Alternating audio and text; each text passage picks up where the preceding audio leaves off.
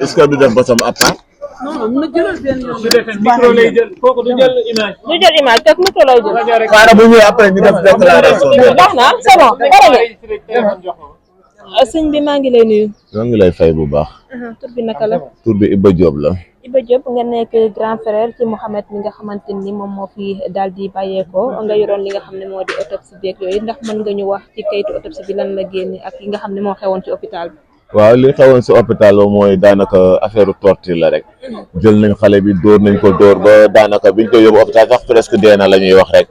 bi ñu ñëwaatee ñu def li ñu war a def kay autopsie bi génn. bi autopsie bi génn tamit wanewul dul ay yax yu damm ay faar yu damm ay mbagg yu damm yooyu dong moom lañ fi wane te bu ñu wanee loolu tamit kay autopsie dafa doon lu leer loo xamante ni ñun mënuñu si dara waaw rayal nañ ñu nag suñu rakk koo xam ne amaloon nañu njëriñ la ñu amaloon ndax daanaka suñu lu bëri moo ko yoroon ndax mu ngi liggéey mu ngi def lu mu war a def ñun fu mu war a jaare ñun mu ngi jaar ak ñun foofu autopsie nag li mu génnee dafa doy waar lool sax dama doon sax ragal a wane affaire autopsie boobu. mais lan la wax moom autopsie bi lan la wax. faar yu damm bëri ay fracture autopsie bi li mu ngi nii léegi dinaa la ko jox nga xool ko ndax loolu ku ko xool xam ni carrément te dañ leen tooñ ba ci kanamu yàlla li ñu leen tooñee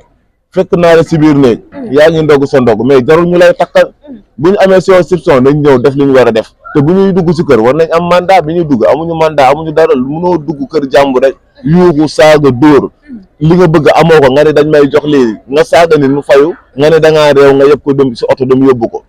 mais lan mooy firndeel que ne ñoom ay homme de tenue la ndax dañu présenté carte wala dañu soloon tenue wala nu mu demee. ak lu ñu mën ñàkk présenté carte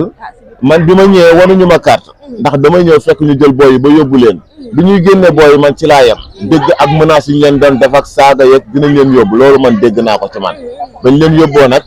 bañ demee police nag man xam naa ñoo xam ne ay policier lañ loolu man xam naa ko ci te gis naa ko ci te ñeneen ñoo xam ne am ñeneen ñoo xam ne ñoo ne duñ ay policier am na si ay ASP ñoom ñëpp xam nañ seen tur mën nañoo tudd seen tur benn par benn ndax xam nañ seen tur ñoom ñëpp waaw. bi nga xamee ne gis nga ko moom maanaam yaramam lan fan la am ay gaañu. man avant autopsie di am biñ koy njëkk a évacuer di ko yóbbu dalal jàmm man ma nekkandoog ñoom ak ci biir li ma nekkandoog ñoom ak ci biir yëpp di ko yóbbu man kii laa gis ci moom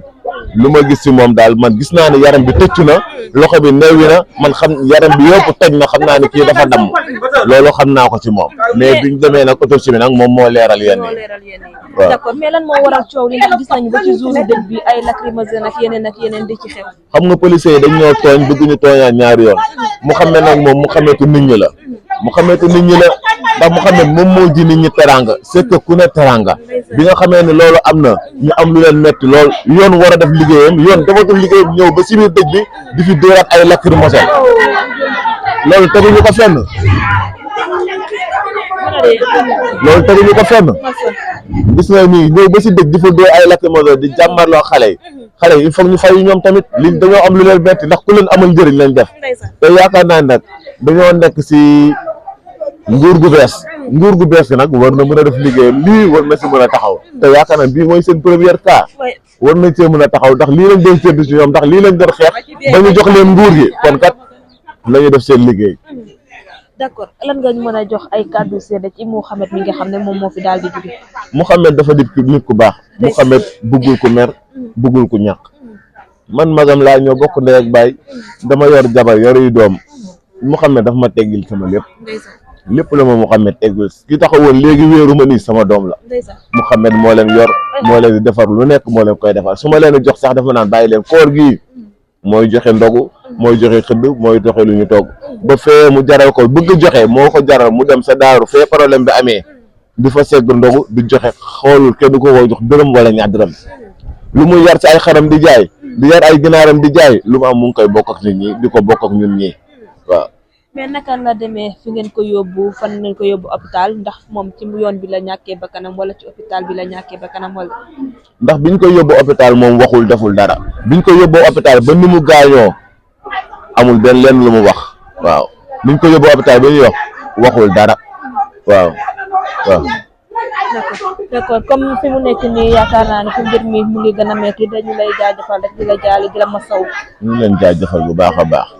ok jërëjëf waay. après jox ma sa numéro ma envoyé la. 76 610 82 10 am leen seen micro. 76 610 82 10. 617. 610.